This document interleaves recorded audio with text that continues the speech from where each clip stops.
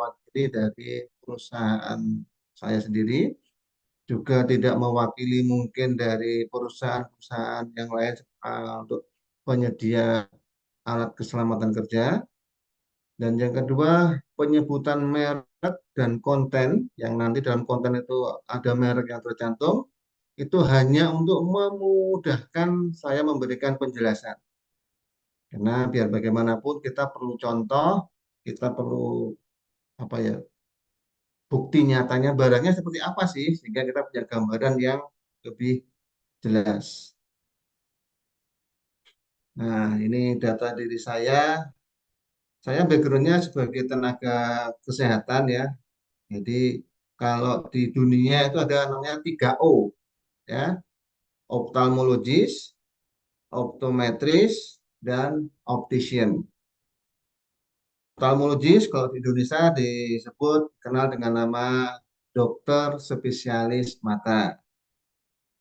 Optometris itu merupakan salah satu juga tenaga kesehatan yang berhubungan dengan indera penglihatan.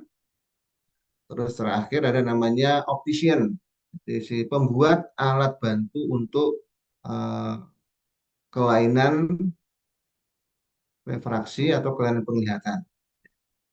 Dan saya juga banyak belajar, makanya saya harus bergabung di beberapa organisasi.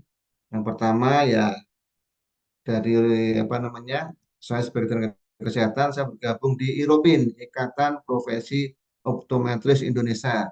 Jadi ya mungkin Bapak Ibu belum akrab ya dengan profesi ini ya. Ini saya izin untuk mengenalkan profesi kami.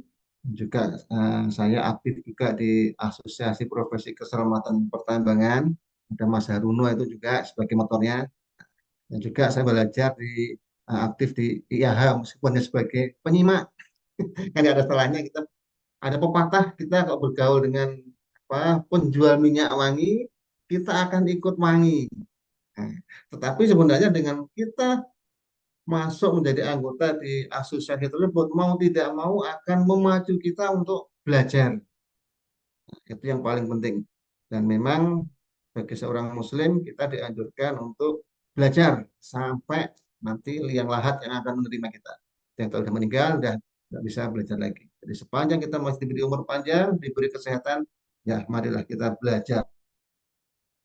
Nah, pertama-tama adalah kita harus mengenali sih bahaya apa saja yang ada di sekitar kita yang nanti bisa mengenai pada indera penglihatan dan wajah kita. Ada dari bahaya bahan kimia dan biologi, ada dari debu atau kabut yang ada di tempat kerja kita, ada juga dari percikan panas atau dingin yang ekstrim, terus benda melayang yang bisa melukai indera penglihatan kita juga, atau mungkin kita kena benturan atau ledakan yang ada di tempat kerja kita.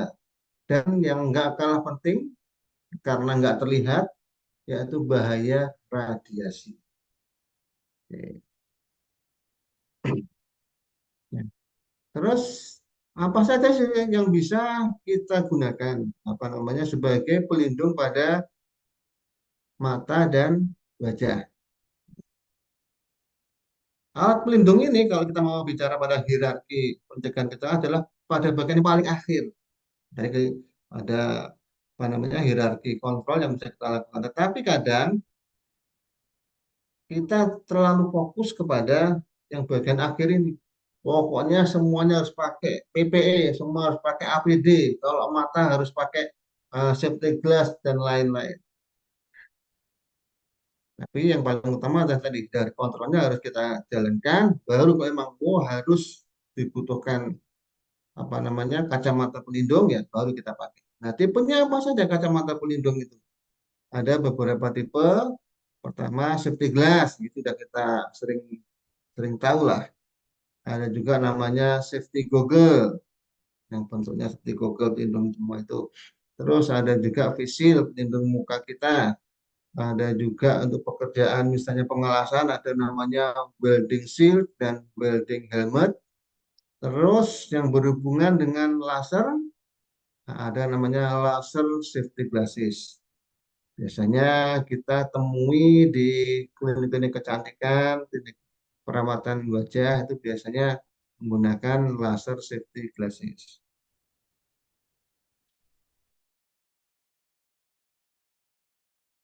Oh, jika ternyata kondisi kondisi karyawan di tempat kerja kita mengalami gangguan kelainan refraksi.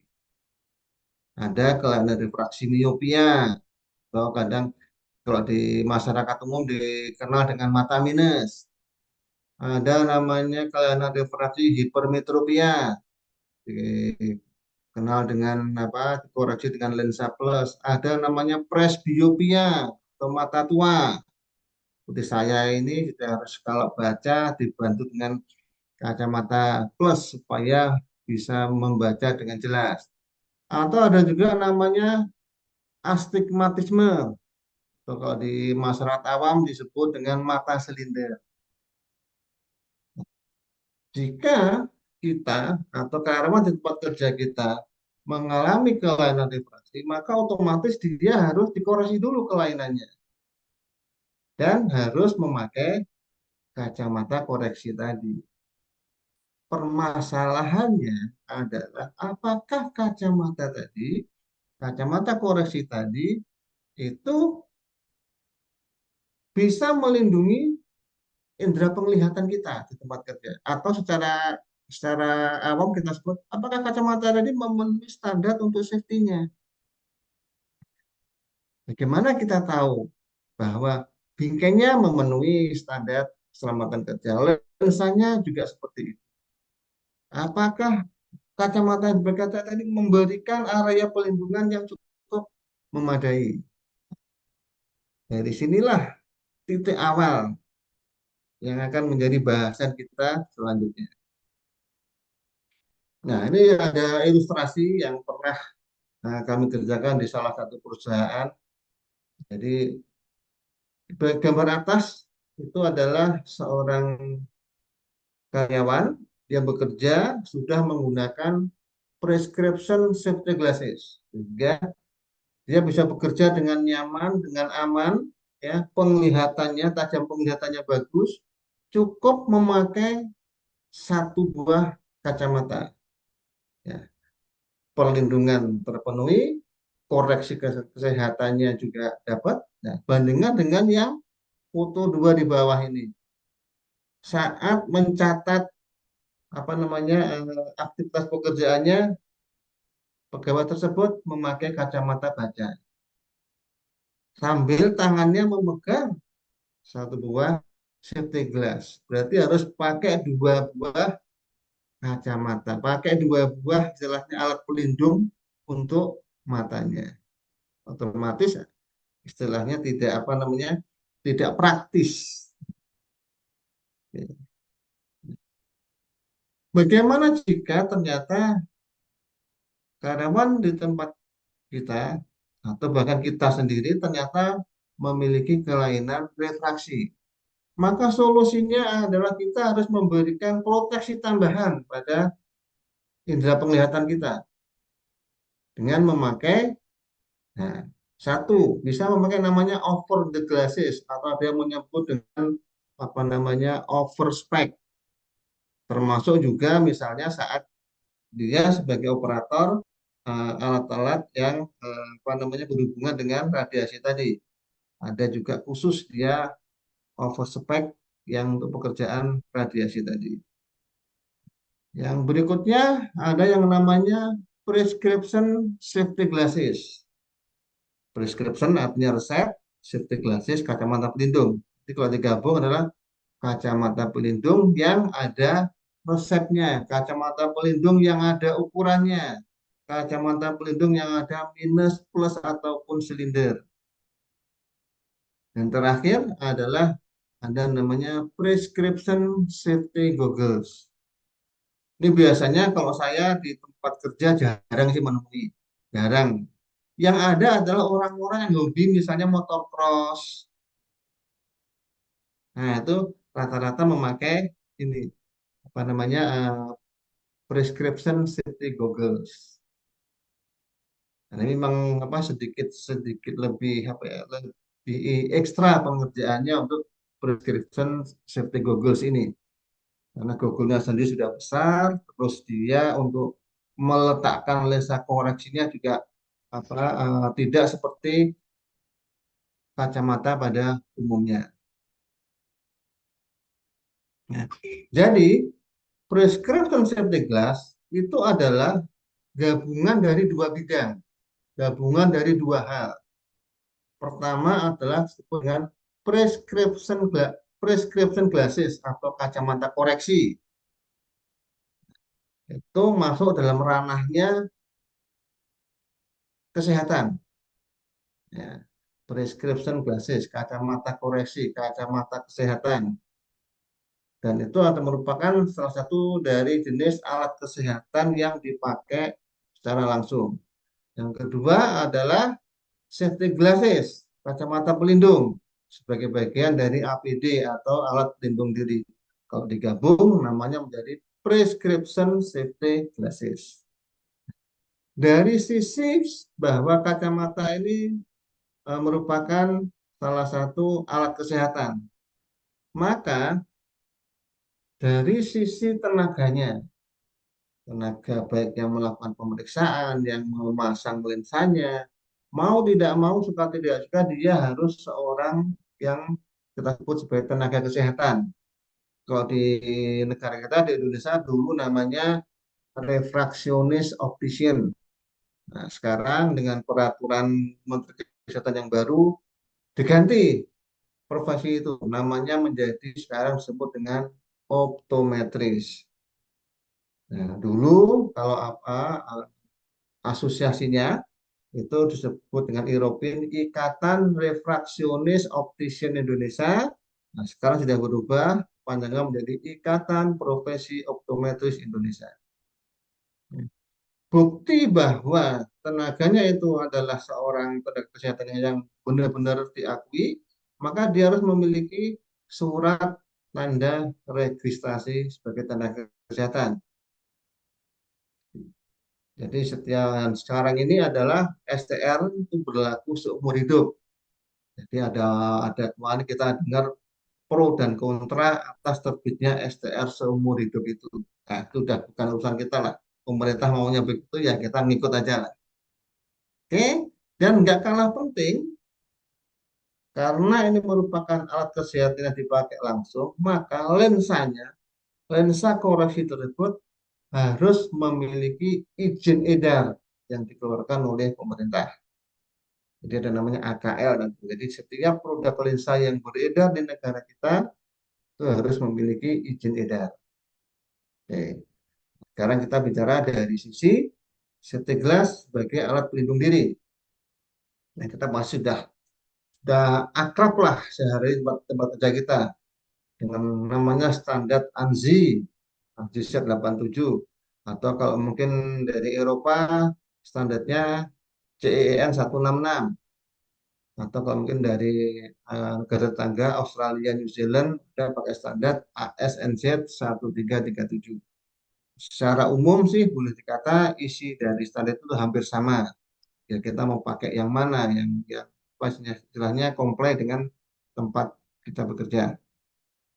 Berikutnya ada nggak kalah penting adalah safety glass atau alat pelindung diri, kacamata pelindung tadi itu harus memiliki sertifikasi dari sisi frame-nya dan juga untuk lensanya. Dan bagi dia yang menyediakan kacamata pelindung tadi, mau tidak mau, suka tidak suka, dia harus mendapatkan pelatihan dari produsen tentang lensa safety tadi. Dan ini sudah apa namanya sudah menjadi apa ya pekerjaan sehari-hari bagi seorang HSE atau menyusun di BBR atau CSA. Karena dari hasil CSA yang dibuat tadi kita bisa menentukan nih alat pelindung diri untuk mata yang sesuai apa dengan pekerjaan tersebut. Nah, inilah gabungan dari dua hal, kesehatan dan ketenagakerjaan, kacamata dan alat pelindung diri menjadi satu disebut dengan prescription safety glasses. Nah, pertanyaan selanjutnya adalah bagaimana supaya kita bisa mendapatkan alat pelindung diri berupa prescription safety glasses tadi yang nyaman dipakai sesuai apa namanya standar dengan standar keselamatan kerja kita sesuai dengan lingkungan kerja kita bahaya seperti apa. Satu yang paling penting adalah kita harus melakukan M3 atas frame-nya dan lensanya. Apakah M3 itu? Kita harus melihat sendiri nih seperti apa nih bentuk bingkainya. Setelah tahu, kita lihat, maka kita harus juga mencoba. Mengapa kita coba? Bayangkan apa namanya? Kita punya bentuk wajah bermacam-macam. Ukuran wajah kita juga berbeda-beda. Kita kalau beli baju kadang kan ukurannya hanya S, M, L. Nah, idealnya kacamata juga begitu. Harus ada size-nya, S, M, L-nya berapa. Terus yang ketiga, M yang ketiga adalah merasakan. Jadi kacamata ini saya pakai nyaman atau tidak? Longgar enggak? Keketatan enggak? Jadi dengan nomor satu ini prinsipnya apa? Hindari membeli atau mendapatkan alat pelindung untuk mata tanpa pernah melihat, tanpa pernah mencoba, tanpa pernah merasakan. Hindari hal itu. Jadi harus tahu bentuk barangnya, mencoba barang tersebut, dan merasakan pakai. Terus yang kedua adalah bagaimana sih memilih jenis lensa safety program yang sesuai dengan tadi job safety analysis tempat kerja seperti apa tadi? Oh, tempat kerja kami banyak kimianya. Oh, tempat kerja kami banyak bahaya fisiknya. Sering terjadi risiko yang terbanyak adalah kita kena benturan. Oh, tempat kerja kami adalah radiasi yang utama. Tidak ada kimia, tidak ada benturan. Nah, itulah pentingnya dari situ baru kita bisa nanti memilih. Oh, kami harus memakai lensa seperti ini. Ya, biasanya dari apa namanya penyedia barang alat pelindung diri tadi pasti akan apa namanya memberikan alat bantu. Alat bantuannya berupa metrik bahwa produk ini itu sudah digunakan di perusahaan A, B, C, D. Sehingga saat perusahaan lain membutuhkan sudah punya gambaran, oh perusahaan saya itu unit bisnisnya mendekati dengan perusahaan X. Oh, perusahaannya pakai apa nih yang dipakai? Ah, berarti saya idealnya harus pakai seperti yang dipakai perusahaan X tersebut. Kan banyak sekali kan tipenya. Safety glass tipenya, waduh kalau kita mau apa namanya mendata tiap produsen itu punya item yang begitu banyak. Dengan banyaknya item tadi akan kadang menyulitkan bagi Departemen K3 maupun bagi dari distributor. Saya pilih yang mana ini? Dengan adanya matrik ini maka akan membantu perusahaan yang akan membutuhkan alat pelindung untuk matanya atau membutuhkan prescription glassnya jadi tahu, oh karena perusahaan saya tipenya hampir sama dengan perusahaan tersebut, saya akan pilih model yang seperti ini. Oke. Nah, masuk sekarang ke jenis lensa koreksinya. Kalau seseorang mengalami kelainan refraksi dan harus memakai kacamata, maka yang bersangkutan akan memasang lensa pada bingkai yang dipilih. Secara umum ada beberapa bahan yang tersedia di negara kita, juga di dunia juga ada macam-macam lensa koreksi tadi. Pertama adalah Dari yang paling standar, paling dasar itu CR39. Oke. Sedikit lebih baik ada dari bahan gelas, tapi bahan gelas ini sekarang sudah mulai ditinggalkan karena risikonya lebih besar. Meskipun secara perawatan lebih mudah, tapi orang sudah mulai berpikir, ini kalau saya nanti main bola, nah kena sedikit, pecah, nah risiko lebih lebih banyak malah, akhirnya mau ditinggalkan. Terus ada namanya bahan Trifect, bahan polikarbonat, juga sudah lama ada. Dan bagi orang-orang yang memiliki kelainan refraksi tinggi, misalnya minusnya di atas 6, itu kalau pakai bahan yang biasa tebel sekali, pengennya kacamatanya kelihatan tipis, maka ada namanya plastik H-index 1,6. Ada yang lebih tipis lagi, nama indeksnya 1,67. Sekarang bahkan sudah ada indeks 1,74. Benar-benar tipis, ideal bagi eh, seseorang yang memiliki kelainan refraksi yang tinggi di atas 6. Pertanyaannya adalah, secara kesehatan, semua bahan plastik ini betul bisa untuk koreksi kelainan refraksi. Lalu, apakah bahan-bahan lensa koreksi tadi mana yang bisa dijadikan sebagai prescription safety lens, lensa safety yang bisa untuk mengkoreksi kelainan refraksi. Nah, maka bahan lensa tadi itu harus memenuhi standar yang telah dibuat sebagai kesepakatan bersama. Ini kita ambil dari standar Eropa yaitu CEN 166.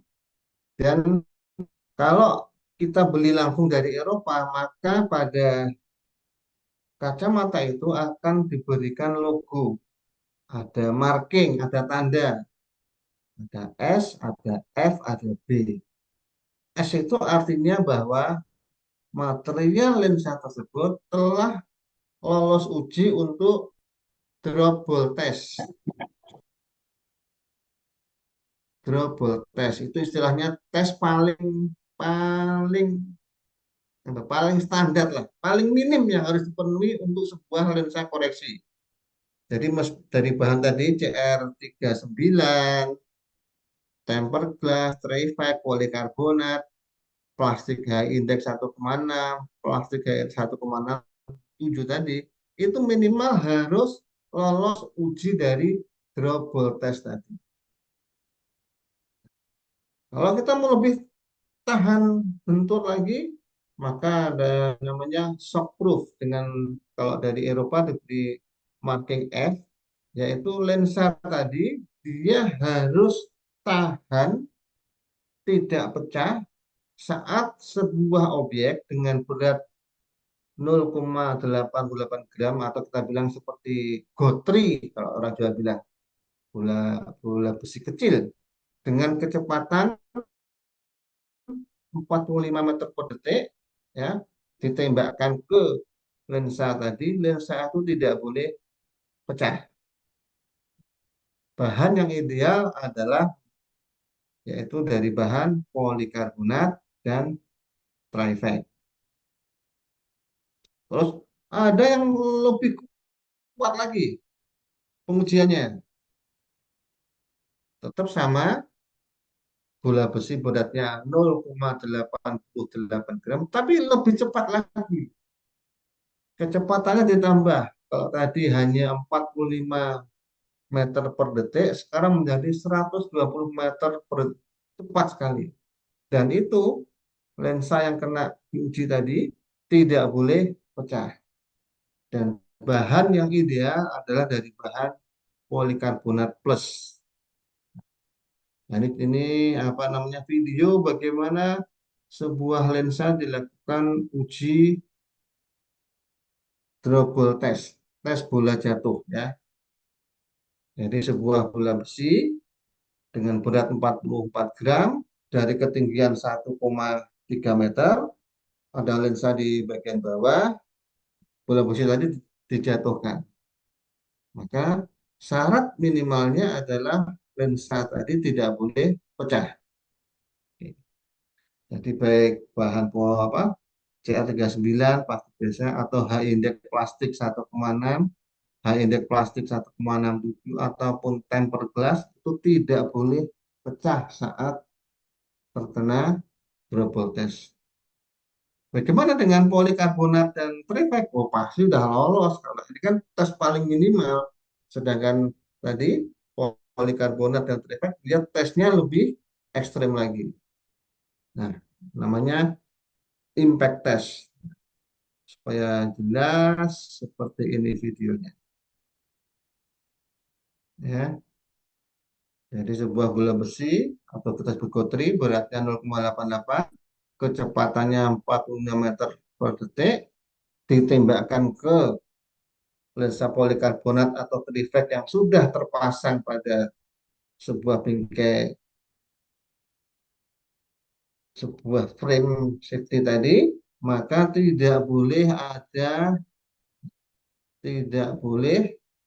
lensa tadi tidak akan pecah, ya. Dan lensanya tidak boleh terlepas dari bingkainya, tidak pecah dan tidak terlepas.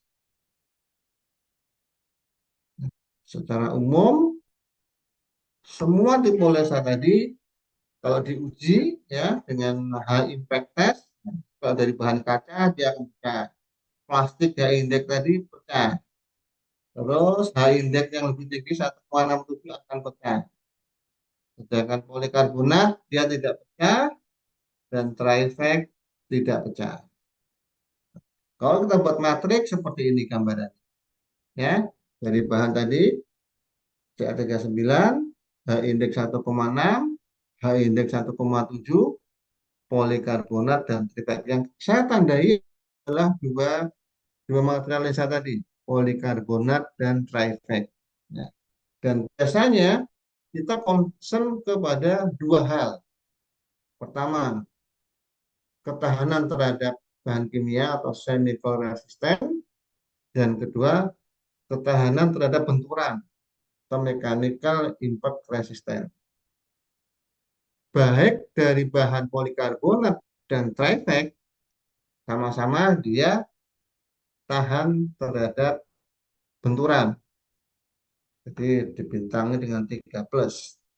Tetapi kalau pekerjaan kita, lingkungan kerja kita itu banyak bahan kimianya, maka trifect dia lebih baik dibandingkan dengan bahan dari polikarbonat.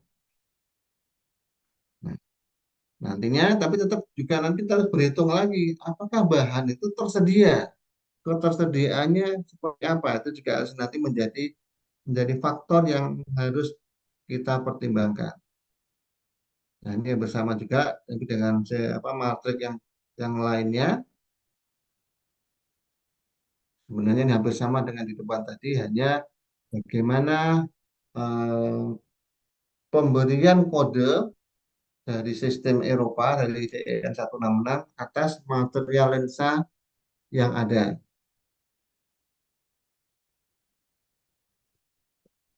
Tadi kita bicarakan dari material lensanya. Terus sekarang bentuk lensanya seperti apa sesuai dengan kelainan refraksinya. Tadi di depan saya bilang kelainan refraksi ada namanya miopia, hipermetropia, astigmatisme atau mata silinder, ada juga namanya presbiopia. Saat ini nah, lensa safety beresep itu saat dipakai untuk mengkoreksi kelainan refraksi ada dalam bentuk lensa single vision atau lensa satu fokus. Biasanya dipakai oleh uh, usia yang sebelum 40. Ya mohon maaf ya Bapak Ibu yang usianya 40 seperti ini. Biasanya kan memerlukan lensa tambahan untuk baca di bawah itu. Jadi lensa single vision itu dipakai oleh orang-orang yang hanya memiliki kelainan sebelum presbiopia. Terus ada lagi namanya lensa comfort lens. Biasanya lensa ini dipakai oleh orang-orang yang banyak beraktivitas untuk jarak dekat, sehingga membutuhkan tambahan sedikit plus di bagian bawahnya. Tapi bukan bukan lensa untuk presbiopia, dia dipakai untuk usia di bawah 40 tahun. Kalau Bapak Ibu mungkin datang ke optik ada namanya lensa office atau dia mau sebut dengan nama occupational lens. Jadi memang lensa ini khusus untuk di depan seperti saat ini kita lakukan memakai laptop, memakai gadget seperti itu.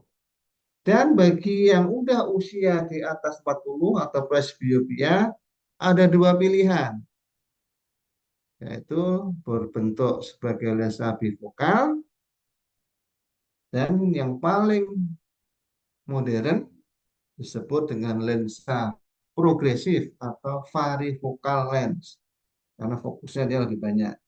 Vokal ini sudah mulai ditinggalkan, biasalah meskipun kita ini sudah tua, di atas 40, tapi kan tidak mau dibilang tua kan. Tapi kalau pakai lensa progresif ini dia seperti lensa single vision, dia polos. Padahal di bawah ini ada plusnya untuk baca. Kalau diberikan yang bifokal kan nampak sekali. Ah, usia pasti udah 40 lebih nih. Orang nggak mau. Oke, lanjut. Nah, jadi disimpulkan bahwa untuk sebuah lensa safety beresep itu harus dari sisi kualitas penglihatan. Dia harus bisa melihat dengan jelas, clear biasanya. Berikutnya adalah lensa itu ringan supaya saat dipakai oleh usernya menjadi nyaman, tidak menjadi hal yang memberatkan. Yang nggak kalah penting adalah lensa itu tidak kelihatan tebal. Secara estetika jadinya lebih bagus, tahan bentur, sehingga aman, dan tahan gores, sehingga masa pakainya jadi lebih lama. Oke. Quality visionnya ringan dipakai, estetiknya terpenuhi, aman karena tahan bentur, dan dia harus tahan gores, crack resistant, sehingga bisa lebih tahan lama masa pakainya. Nah, tadi kita sudah bagaimana cara memilih bingkai kacamata safety beresep yang baik dengan melakukan M3. Oke. Terus tadi kita sudah tahu jenis lensa safety beresep yang mana yang cocok dengan pekerjaan kita. Oke.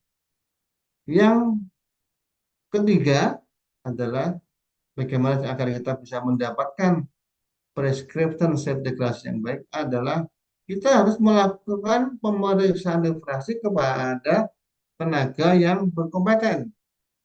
Yaitu bisa ke optometris atau bisa juga ke oftalmologis atau ke dokter spesialis mata. Di mana saat kita melakukan pemeriksaan refraksi tadi, kita akan mendapatkan data yang lengkap atas kelainan refraksi yang kita dapat. Minusnya berapa, plusnya berapa, ada silinder atau tidak. Kalau ada silinder, berapa posisi silindernya, aksesnya berapa, biasanya dikenal seperti itu. Terus, nggak kalah penting, berapa jarak pupil matanya. Kalau data itu tidak lengkap, ya nanti pihak optometris atau optician yang akan membuat kacamatanya akan kesulitan atau bahkan tidak bisa memprosesnya. Atau kalau dipaksakan diproses, maka kacamatanya bisa berakibat menjadi tidak nyaman dipakai. Ya. Nah, ini yang dilakukan pada saat apa pemeriksaan refraksi tadi. Jadi secara umum optometris atau optician tadi dia membutuhkan data sumbu X-nya berapa, yaitu berupa jarak pupil distance tadi, jarak pupil mata kanan dan mata kiri kita anggap sebagai sumbu X, ya. Terus sama sumbu Y. berapa tinggi dari pupil mata seseorang ke bagian bawah dari bingkainya. Ya. Jadi ada sumbu X dan sumbu Y yang harus didapat oleh optometris atau optician saat membuat sebuah kacamata. Nah, bagaimana jika ada kita temui nih, ada rekan kerja kita dengan posisi membaca seperti ini. Monggo Bapak Ibu mungkin mau memberikan tanggapan? Kalau Mas Julpan melihat gambarnya gimana? Ya, ini kalau kita bilang mata tua nih Pak, mungkin ya 40 tahun ke atas Ya, ini. oke, betul sekali. Ini posisi kalau seseorang yang presbyopia mata tua ya saat membaca. Tapi perhatikan, pertama adalah posisi kepalanya ini saat membaca. Dia tegak. Orang Jawa bilang dengenge. Maka punggungnya ini, bayangkan ini. Dari sisi ergonomis nggak akan nyaman. Pegel lama-lama nanti. Oke.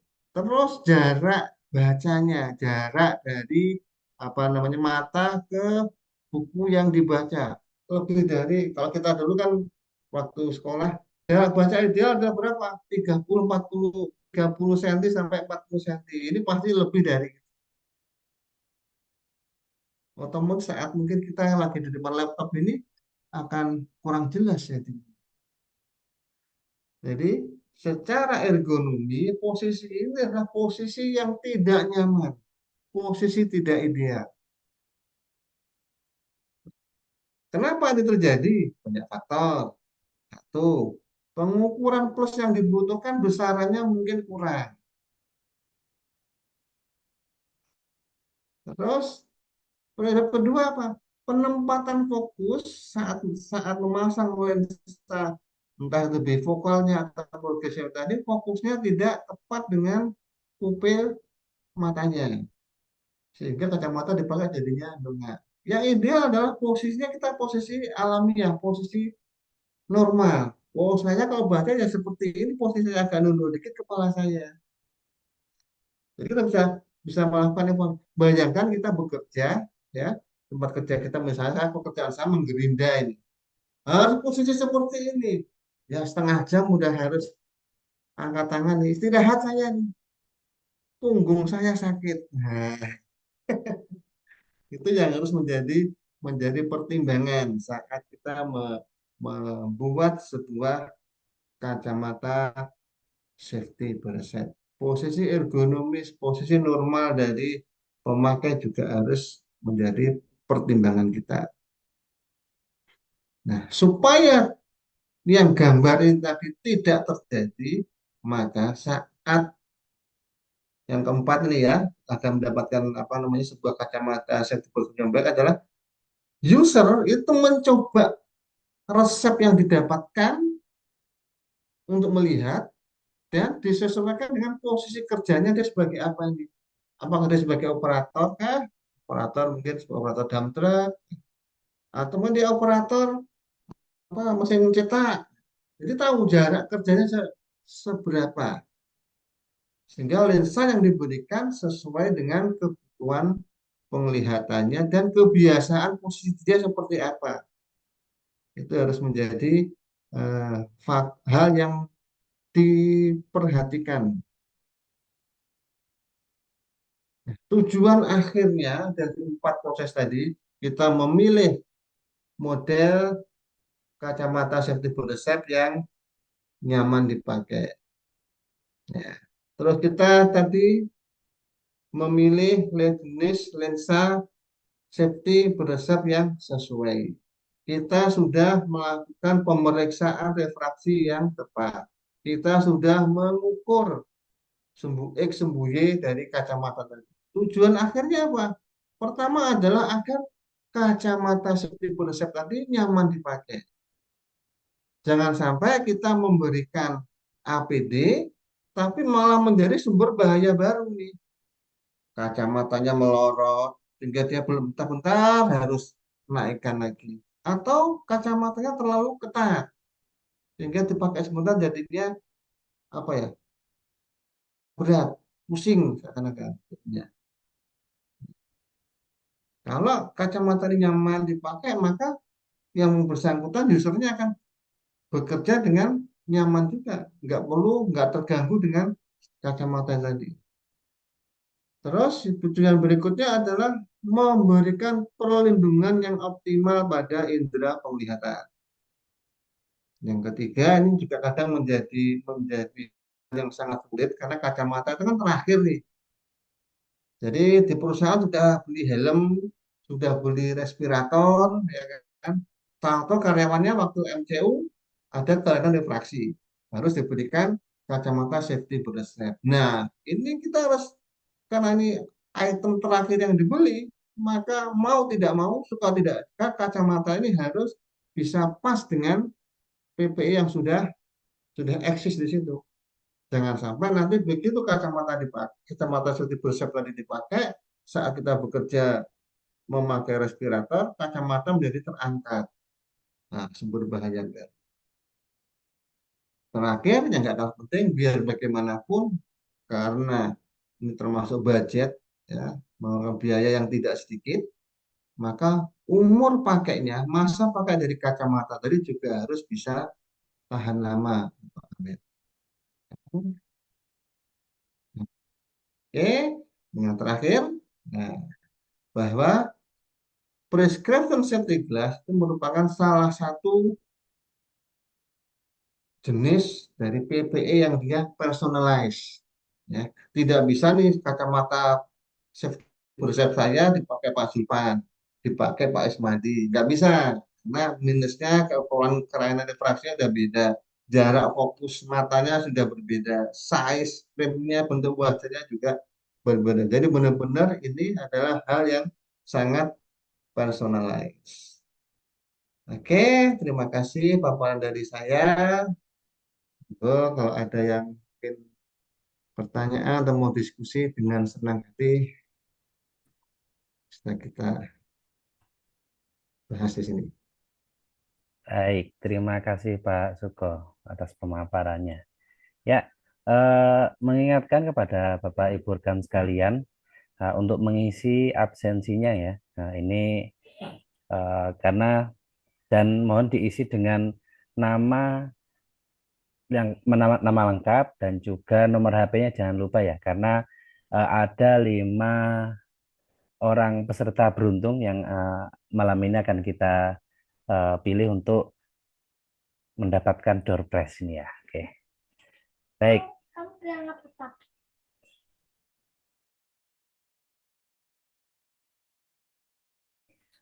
Baik, Bapak Ibu rekan sekalian, ini sudah ada beberapa pertanyaan ya, sudah ada beberapa pertanyaan. Mungkin ada 5 pertanyaan. Nah, ini yang bisa coba. Ada pertanyaan pertama, saya coba bacakan ya, Pak Suko. Pertanyaan pertama dari Kang Wen ini terkait dengan penggunaan kacamata minus. Nah, terkait dengan apakah setiap toko optik wajib ada optometris? Bagaimana cara tahunya dan kalau di apotek suka ada papan keterangan siapa apoteker dan nomor izinnya. Ya, terima kasih. Itu sih, Pak.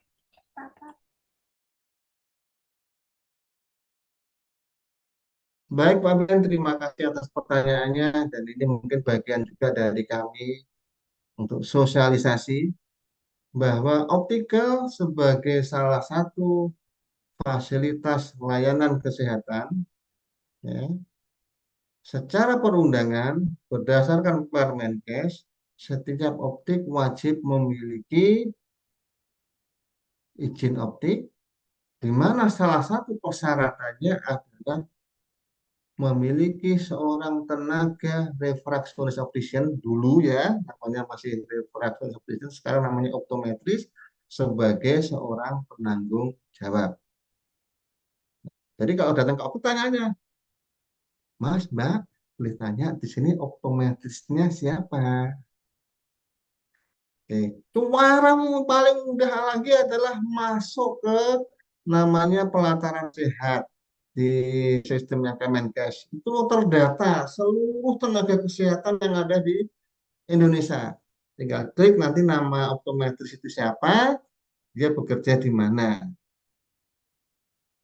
Dan memang seharusnya setiap optikal itu wajib seperti mencantumkan yang di apotek itu ada sebuah papan nama, optikal siapa, penanggung jawabnya siapa, ada nomor SIP atau SIK namanya, surat izin kerja, masih disebut dengan surat izin kerja refraksionis optician, sekarang disebut dengan SIPO, surat izin praktek optometris.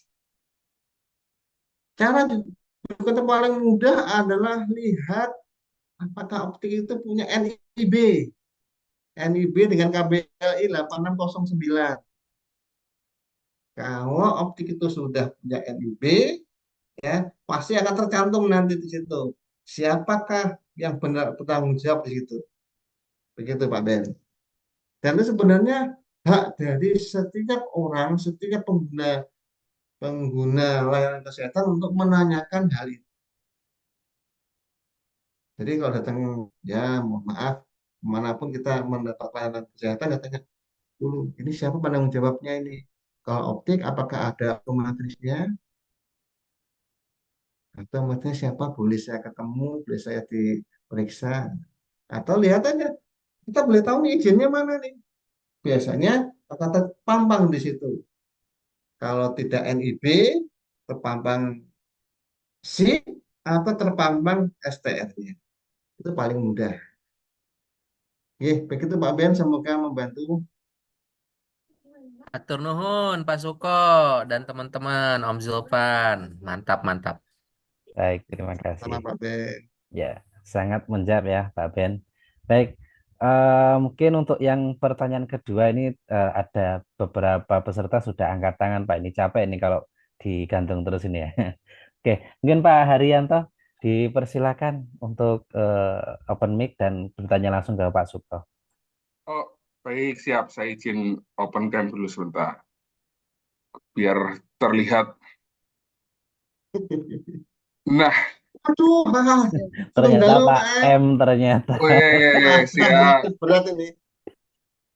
Ya, saya tertarik sekali, tapi saya seperti Pak Suko tadi bilang di depan disclaimer, saya juga mau disclaimer. Jadi hanya dan hanya semata untuk saya berbagi tanpa ada pesan sponsor apapun. Buat saya yang pertama Pak Suko, yang saya kebetulan karena gunakan kacamata. Jadi salah satu yang terjadi ketika misalnya kami harus ke Keplan, terus kemudian kami harus gunakan kacamata dengan mungkin saya ukuran hidung yang nggak terlalu mancung, itu salah satu kesusahan itu dia nyangga di depan dan kadang-kadang di ujung sini agak agak sedikit berbayang. Pertanyaan saya adalah, saya kebetulan pengguna safety precision glasses. Salah satunya, saya izin pakai dulu dong, boleh ya Mas Ulfan ya. Nah, salah satu yang ingin saya tanyakan di sini adalah, kira-kira kalau untuk pakai seperti ini, proses perawatannya apa saja, Pak Suko? Jadi perawatan yang harus kami lakukan itu seperti apa? Karena salah satu, saya kebetulan cukup sering berkeringat. Dan ketika berkeringat, kadang-kadang yang salah satu saya takutkan tuh apakah ini cukup cukup kuat atau tidak ya untuk menahan dengan keringat yang mungkin buat saya kadang-kadang cukup keras, dan juga apakah ada, kita bicara aksesoris lain yang bisa dipasangkan dengan di sini untuk membuat dia semakin tight, kami tidak takut untuk misalnya terjatuh atau apapun. Kira-kira seperti itu. Terima kasih sekali Pak Suko. Terima kasih Mas Sulfan untuk kesempatannya. Baik, terima kasih Pak Baik, M. Monggo Pak Pak Suko. M, saya coba menjawab. Salah satu kelemahan kita, orang Indonesia, pada umumnya adalah tidak bisa merawat. Kenapa nggak bisa merawat? Adalah tidak mau membaca petunjuk yang ada pada produk tersebut. Misalnya nih, saya beli handphone nih. Saya nggak pernah baca petunjuk. Coba dulu, gagal, baru tanya nanti pada kepada si penjual. Sama dengan kacamata. Kalau di kacamata biasa sudah ada cara perawatan lensanya. Untuk menjaga agar sebuah prescription safety glass itu awet, ya, pertama, setelah selesai dari tempat kerja, mau pulang nih, kita pasti kan mandi, pasti ganti baju. Pertanyaan saya, apakah kacamata ini ikut mandi? Jarang sekali, ya kan? Udah taruh, tuh. Setelah kita selesai bekerja, kacamata juga idealnya sebaiknya dibersihkan juga. Oke, satu tuh. Kedua, kadang kita ini suka teledor. Dalam pembelian kacamata pasti sudah diberikan tempat kan, tempat untuk menyimpan. Apa yang terjadi kadang? Begitu kita sudah selesai kerja, kacamata dicopot, ditaruh di loker, kita mandi, udah selesai. Padahal idealnya sebelum kita mandi, kacamata kita bersihkan dulu, cuci juga, keringkan, ke tempatnya. Terus saat kacamata ini misalnya kita lagi asal lagi malas pakai, ini apa terjadi biasanya? Kita masukkan ke dalam saku baju. Padahal di saku isinya kadang kan macam-macam, ada handphone, ada pena, ada gesekan. Akhirnya apa namanya lensanya menjadi tergores. Saya kemarin ya, alhamdulillah kemarin ya ini izin juga saya izin share aja. Saya bertemu dengan salah satu eh, IH dari perusahaan migas. Beliau pakai kacamata safety beresep itu udah 10 tahun, ya kan? Terus kemarin bilang Pak Suko nih saya ukuran udah berubah. Ya. Apakah bisa diganti lensa saja? Aduh Pak, ini kan sudah 10 tahun yang lalu kacamatanya. Iya betul. Tapi kok masih dibuka dari bungkus saya masih baru banget. Ya memang seperti itu Pak. Akhirnya kemarin ketemu saya tanya, Pak mohon maaf nih, Bapak apa sih tipsnya? Kok kacamata 10 tahun itu nampak masih baru? Tadi ya jelaskan tadi Pak. Jadi begitu beliau selesai bekerja, kacamata dimandikan dulu, dikeringkan, simpan di tempatnya. Baru pertama ini saya dengar dari seorang user yang begitu peduli dengan kacamatanya dan ternyata awet sampai 10 tahun. Oke. Terus yang menjawab tadi Pak M, apakah apa namanya tadi karet-karetnya tahan terhadap kira-kira segala macam. Semua pasti ada masa pakainya. Nah, kalau kita pakai sesuatu yang tahan sampai sampai saya 2 tahun kan ya secara kos kan termasuk awet. Bahkan yang 10 tahun tadi saya bilang, Masa Allah ini 10 tahun ini bagaimana ngerawatnya? Mulus seperti nggak pernah dipakai kacamata. Saya heran bener. Dan beliau punya cerita, ini saya pokoknya begitu selesai saya cuci, bersih, saya simpan. Itu kuncinya. Nah, nyambung pertanyaan, apakah ada aksesoris? Ada aksesoris yang bisa dipasang pada kacamata beresep tadi. Ada namanya, kalau kita sebut ada strap atau tali kacamata. Jadi kita pasangkan, nah, sehingga saat kita mungkin maaf bekerja di ketinggian, kita nunduk gini, nggak takut kacamata jatuh. Sehingga kita tetap udah konsen ke pekerjaan kita. Nah kalau ini nggak ada pelindungnya, kita naik di tinggi 10 meter, kerjaan kita nunduk, tahu kacamata jatuh. Pluk. Aduh, harus tuh lagi kan enggak apa enggak aman jadinya. Ada, jadi bisa ada aksesoris tambahannya. Bisa dipasang supaya kacamata ini tetap terpakai dengan benar, tapi juga nyaman dan akhirnya bekerja dengan aman. Begitu Pak M, semoga bisa menjawab apa yang ditanyakan. Siap, siap. Oh, saya tertarik tadi ya. Kalau kacamata sampai 10 tahun, saya yakin kacamata saja dirawat, apalagi istri itu ya Pak Suko ya. Wih. Eng, Siap, eng, siap. eng. Cakep, cakep. Ya, betul, Nanti betul, betul, saya betul. informasikan kalau sampai 10 tahun nanti, wah ini. Jadi kalau Betul, tadi Pak. Mas, Mas Sulvan buka dengan pantun, saya pas tadi Pak Suko jelasin, saya kayaknya kalau saya nggak sambut dengan pantun, kayaknya ada yang kurang Pak Suko, Yes, Mas Sulvan. ya. Saya izin. Ke Yogyakarta minum air kendi. Cakep. Cakep. kalau pakai kacamata jangan lupa ikut mandi. Nah, Oke, Terima Cakep kasih Mas tuh. Suko untuk penjelasannya. Terima kasih Mas Ruhan. baik. Terima kasih Pak M atas pertanyaannya.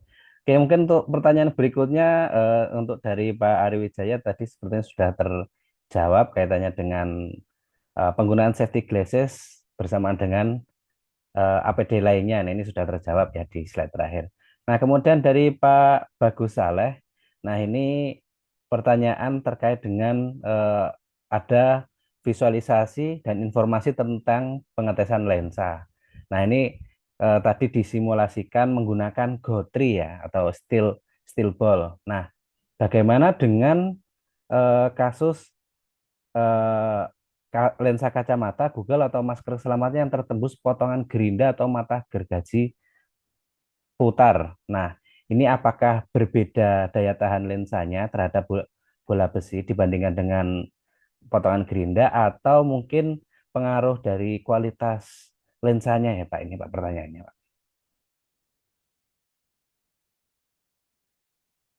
Oke, baik. Saya izin menjawab.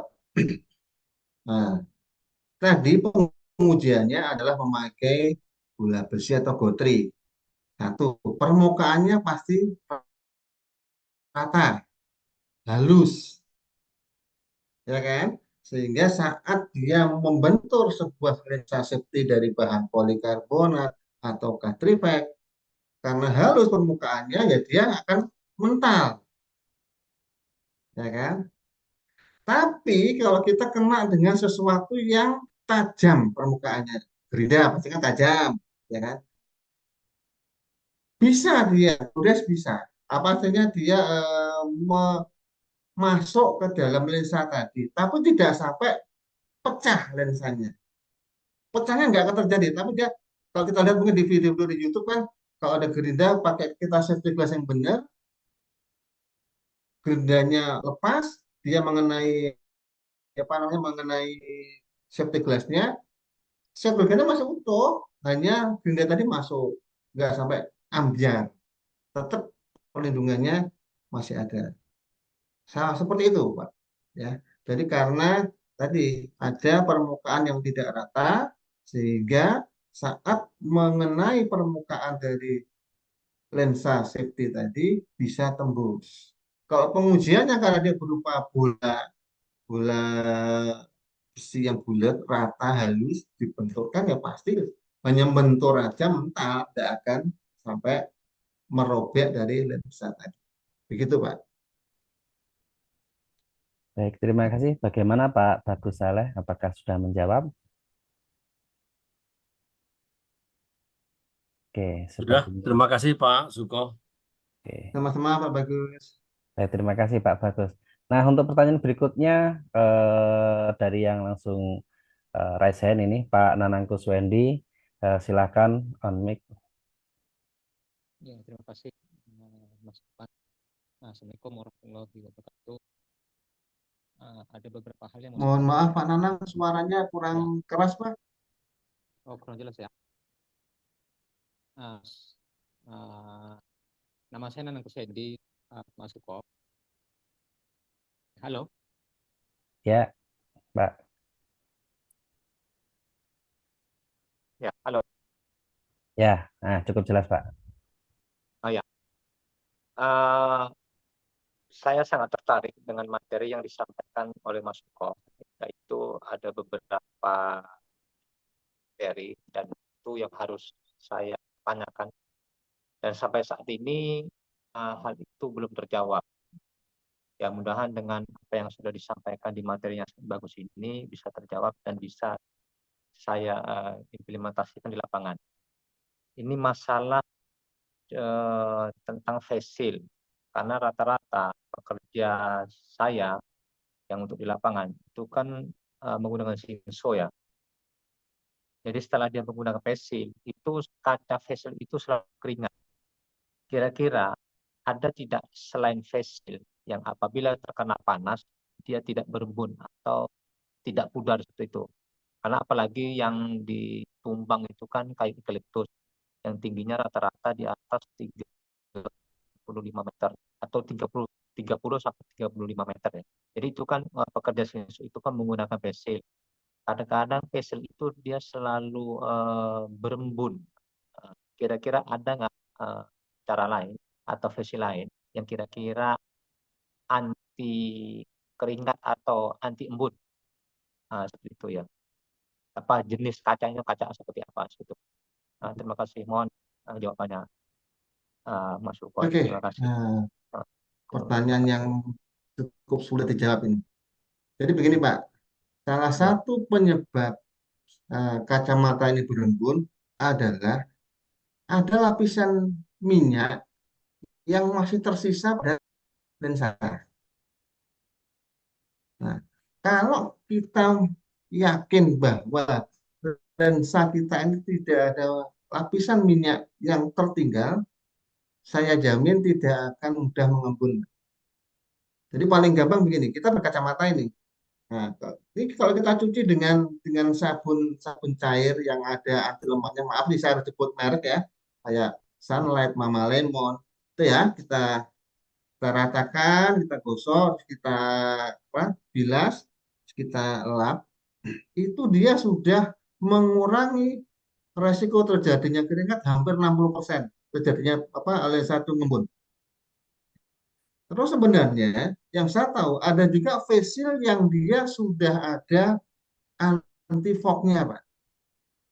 Sudah ada anti fognya di bagian belakang, jadi anti fognya. Cuma memang harganya lebih lebih mahal dibanding yang facial yang biasa. Terus bisa juga, nah ini kan ada namanya lens cleaner Pak. Lens cleaner. Ya. Jadi facial tadi kita bersihkan dengan lens cleaner. Semua produsen safety glass, PP pasti sudah ada yang menyediakan penjualan untuk lens cleaner tadi. Jadi kuncinya adalah jangan sampai ada minyak yang tersisa pada facial tadi, terutama di bagian belakang. Yang ngembun kan biasanya di belakang kan. Cucilah dengan sabun yang bisa menghilangkan lemak tadi, lap dengan kain yang halus microfiber, itu sudah mengurangi. Kalau mau dibagus lagi setelah dikeringkan tadi, semprot dengan lens cleaner tadi. Ada juga sekarang semprot cairan penyemprot yang untuk anti fognya juga ada. Itu solusinya. Kalau brand-brand yang apa namanya, yang cukup terkenal itu insya Allah ada Pak, sudah ada, sudah ada. Ada juga yang berupa tisu untuk anti fog, ada Pak. Tapi tetap syaratnya adalah satu, facial tadi harus bersih dari minyak. Jadi harus dicuci dulu, oke, dengan sabun cair tadi, pokoknya hilang minyaknya, bilas, dikeringkan, baru kalau mau pakai yang anti fog tadi bisa, atau lap dengan lap anti fog juga bisa.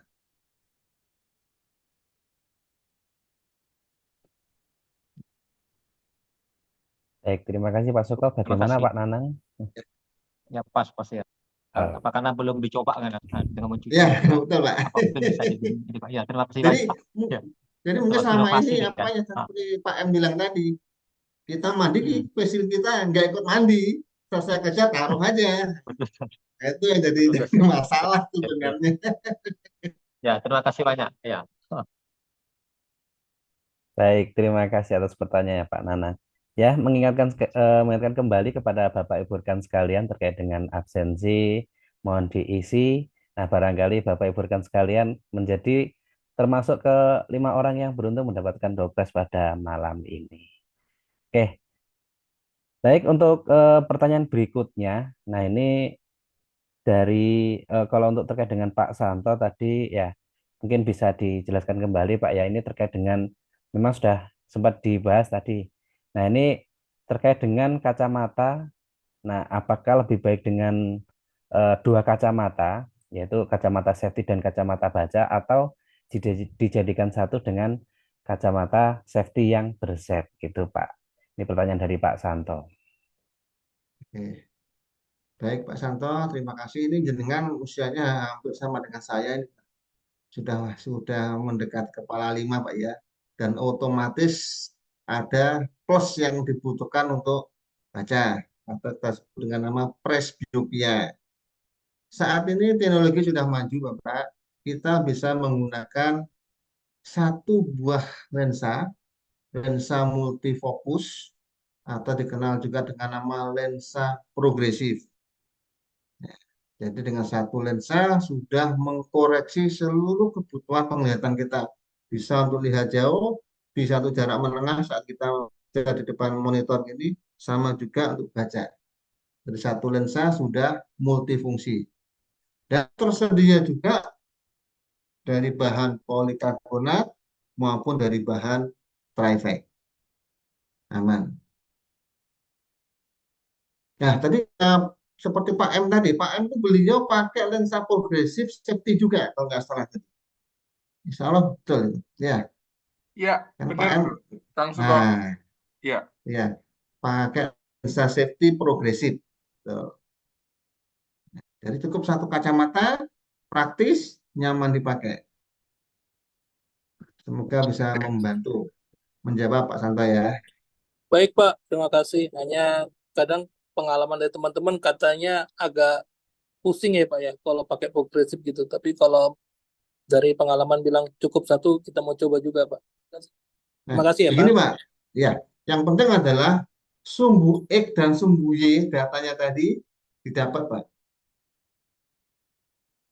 Kalau saat pemasangan lensa progresif tadi sumbu X yaitu PD matanya, jarak fokus matanya, terus sumbu Y-nya tinggi dari pupil ke bagian bawah frame tadi, dua hal tadi didapat, plus posisi ergonomis dari pemakai seperti apa waktu diukur, insya Allah nyaman. Kadang kan begini, kita diukur ini, data X-nya dapat, data Y-nya dapat, tapi ngukurnya pas lagi dongak gini. Padahal kacamata dipakainya agak nunduk. Nah, pasti posisi fokusnya akan bergeser. Tuh. Baik, Pak. Terima kasih penjelasannya. Matur nuwun, Pak Suwo. Sami-sami Pak Santo. Baik, itu pertanyaan dari Pak Santo. Nah, kemudian ada, oh tadi Pak Ruhudin sepertinya katakan sudah menghilang dari lane ini ya. Nah, jadi ada pertanyaan berikutnya dari Pak Amto. Nah, ini namanya lumayan mirip ya dengan Pak Santo. Ada Pak Amto terkait dengan beliau bertanya, penggunaan kacamata koreksi cenderung membuat mata beradaptasi sehingga semakin bertambah koreksinya. Nah, ini beliau merasa kalau sering dipakai itu malah makin blur. Ini mungkin juga ada banyak ketakutan, Pak ya. Kalau semakin lama dipakai itu kayaknya semakin nambah minus atau positifnya. Ya, mohon dibantu, Pak. Oke, jadi ada memang pendapat di masyarakat jika kita pakai kacamata, ukuran kita akan selalu bertambah. Satu, kita harus ingat nih bahwa badan kita, termasuk mata itu juga mengalami pertumbuhan. Oke. Kalau usia kita sudah, mohon maaf nih, di atas 17 tahun, saya yakin itu pertumbuhan mata sudah mulai stabil. Jadi artinya misalnya nih saya dilakukan pengukuran tekanan refraksi udah usia di atas 30 tahun ya pasti kalau hukum dua nih misalnya. Tapi karena saya sebelumnya saya tidak mau berkacamata kan kaget ini. Dua kaget. Dicoba pusing. Jadi dipakai jalan goyang. Maka ukurannya dikurangi. Kurangi dari 175 masih goyang. Oke, 1,5 agak goyang, 125. Nah, 125 enggak goyang nih, cukup jelas. Padahal tadi di awal kita sudah diperiksa nih, minusnya 2. Tapi karena pusing, dipakai jalan lebih goyang, dikurangi menjadi 1,25. Kita masih punya hutang berapa? Masih punya hutang min 0,75. Ya kan? Saya pakai sekarang min 125. Tidak goyang. Tapi melihatnya jadi kurang jelas. Karena saya butuhnya berapa? Butuhnya minus 2 ini. Pakai 6 bulan, 125 tadi kita sudah terbiasa, mata sudah merasa melihat lebih jelas. Sekarang kok jadi kurang jelas lagi min 2 tadi, min 125 tadi. Kita periksa lagi data. Pak naik sekarang Pak ukurannya menjadi 1,5. Nah, pakailah 1,5. Padahal masih butuhnya berapa kita? Kita butuhnya 2 sebenarnya. 1,5 dipakai 6 bulan. Kok sekarang mulai kabur lagi? Periksa lagi. Nah, baru sekarang diberi full min 2. Enggak goyang nyaman. Baru sekarang udah enggak, tidak akan nambah lagi. Jadi penambahan ukuran tadi terjadi karena apa? Kita tidak mau adaptasi di depan. Tidak mau memakai full koreksi. Nanti kalau saya jalan goyang ini kan bisa jatuh. Ya memang betul awalnya seperti itu karena kita belum pernah pakai. Akhirnya kita kan kompromi kan. Dikurangi lah Pak supaya tidak goyang dipakai. Nah, dikurangi. Nah, kurangnya tadi itu harus kita penuhi ini sampai kapan penuhinya? 6 bulan kah? Tahun berikutnya kah? Sehingga kesannya kok saya pakai kacamata kok malah naik terus ya. Beda kasusnya dengan mohon maaf nih yang sudah usia presbiopia. Tambah usia, maka yang maha kuasa, Allah juga akan adil dengan kita. Mengurangi nikmat yang diberikan pada indera penglihatan kita. Plusnya akan makin tambah. Umur 40 pakai satu. Nanti umur 42 tambah lagi 125. Nanti umur 50 tambah lagi plus 1,5. Terus itu. Tujuannya apa? Kita diingatkan umur kita bertambah, nikmat dikurangi, ayo mendekat pada yang maha kuasa. Itu Pak, semoga bisa menjawab. Baik, terima kasih. Bagaimana Pak Anto? Ya Pak, terima kasih Pak Suko. Ya, kebetulan saya memang pakai progresif ya. Udah di atas 40 Pak. Sama Pak, saya juga pakai progresif ini Pak.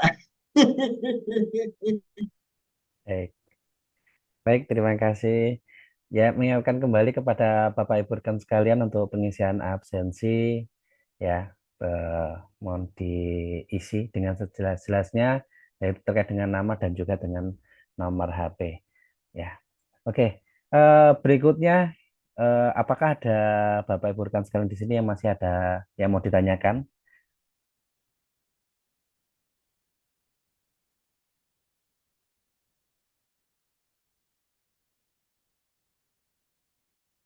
Baik, jika tidak ada, ini saya juga lumayan terkesan Pak Suko ini ya, apalagi dengan terakhir ya dengan tujuan penggunaan safety brake apa namanya penggunaan kacamata safety bracelet ini eh, salah satu tujuannya adalah nyaman. Nah ini baik PPE atau APD itu udah aman, nyaman lagi. Nah, ini kalau kata Pak M jadi banyak idaman ini ya, idamannya banyak orang ini ya, aman dan nyaman. Baik, mungkin jika tidak ada pertanyaan, Bapak Ibu rekan sekalian, mungkin kita bisa ambil dokumentasi ya. Bagi yang bisa on cam, mohon dibantu untuk on cam. Jadi biar bisa kita ambil wajah-wajah terbaiknya pada malam ini ya. Terima kasih ya. Wah, ini udah banyak banyak sekali nih, Pak. Oke, saya coba. Bentar.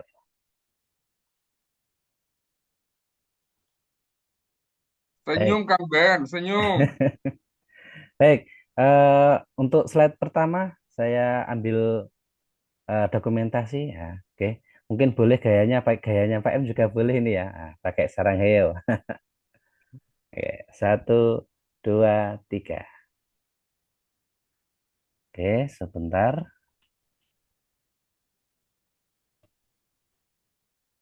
Kemudian slide kedua. Oke, satu, dua, tiga. Baik, terima kasih Bapak Ibu rekan sekalian. Nah, ini hal yang sangat ditunggu-tunggu untuk dokumentasi sudah selesai. Kemudian terkait dengan, nah ini siapa yang beruntung? Nah, mohon dibantu nih Pak Suko. Ini ada dibutuhkan 5 nama orang yang beruntung ya. Kita bilang bukan yang paling bagus pertanyaan atau karena semua pertanyaan sangat bagus. Nah, ini jadi susah. Kalau kalau dilimpahkan panitia sepertinya susah Pak ya. Jadi mohon dibantu untuk Pak Suko untuk nama-nama yang beruntung mendapatkan pada malam ini. Untuk penanya ada Pak Ben, Pak Ari Wijaya, Pak Bagus Saleh, Pak Santo, Pak M, Pak Amto, Pak Nanang Kuswendi. Ini ada banyak ini ya.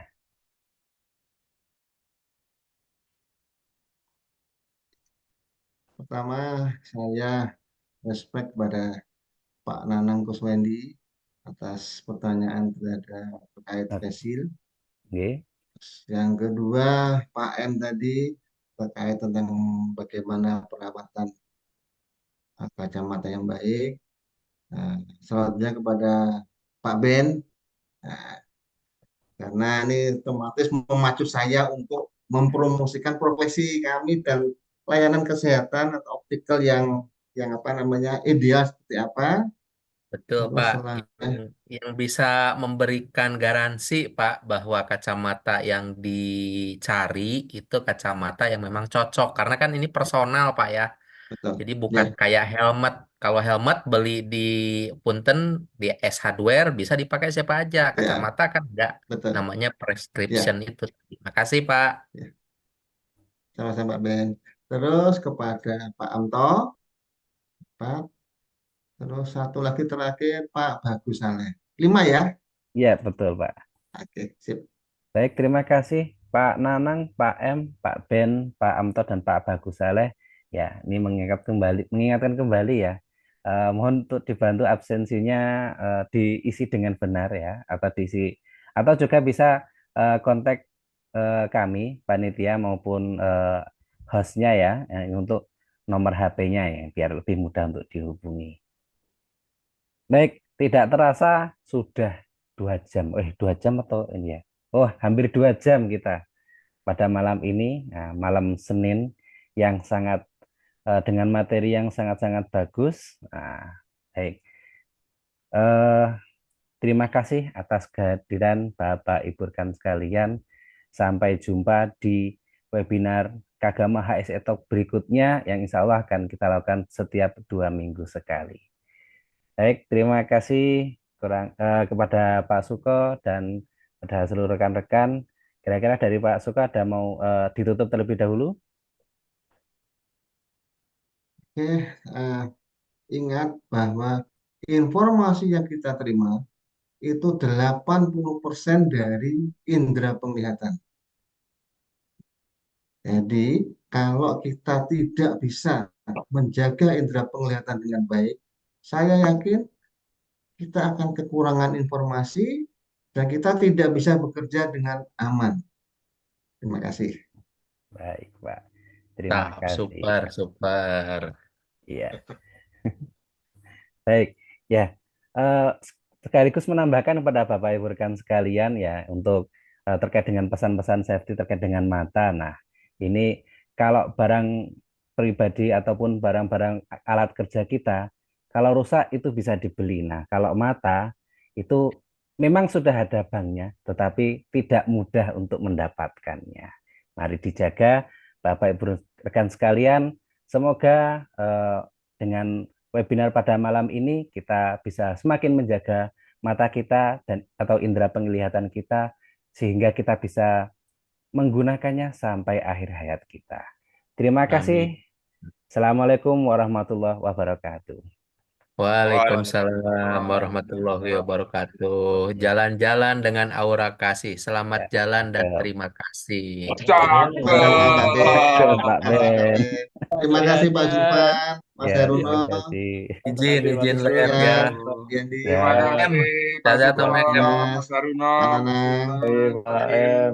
rekan-rekan, Mas Istian, Mas Agung, Baik, alhamdulillah. Mas Suryandi, terima kasih. Siap. Izin Mari Mas Us. Madini. Weh, Terima siap. kasih Pak Suko. Mas Haruna Mas Arvin, apa kabar Mas?